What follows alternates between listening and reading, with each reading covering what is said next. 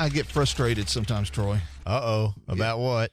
Well, there's a lot of things, but in particular, I really get frustrated at the idea that I will ask my children something, and they're like, I don't care.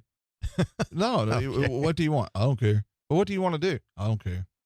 I'm like, make a decision. But decisions are hard to make. You and Andrew ever have problems like, well, what are we going to eat? Yeah, trying to decide between the two of us what we're going to do. Yes. Some decisions are really not of great importance, but some are really important. And one of the things that gets difficult is the decision I'm making, is God going to be pleased with it? Is this going to be right or not? Is it according to his will? And that's kind of the question that comes in today.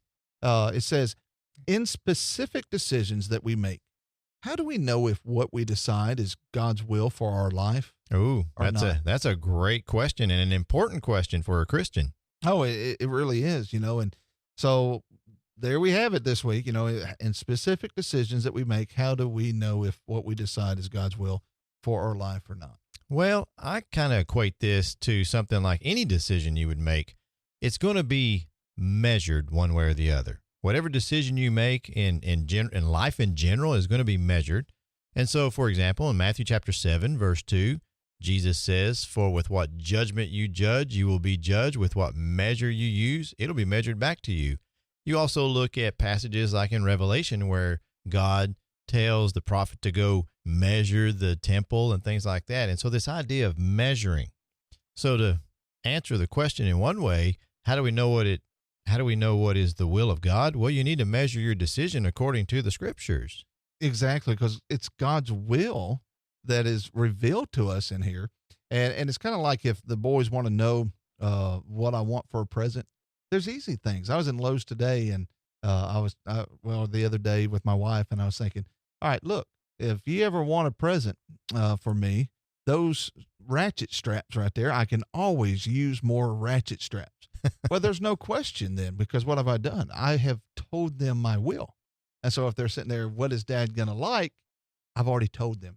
God has revealed his will in these pages. And that's why Paul would tell Timothy to rightly divide the word of truth.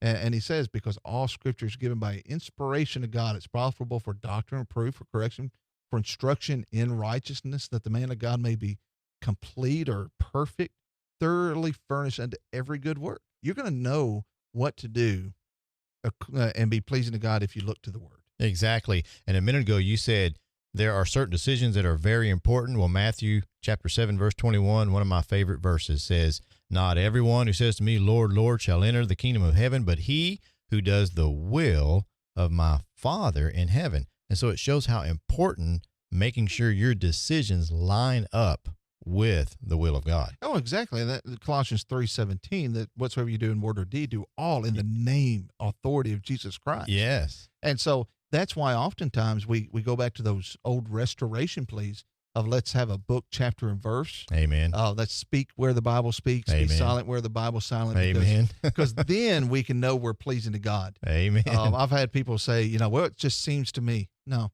I want to find in the scriptures, if my decision is based off of what God has said, then I know I'll be pleasing in his sight. Amen.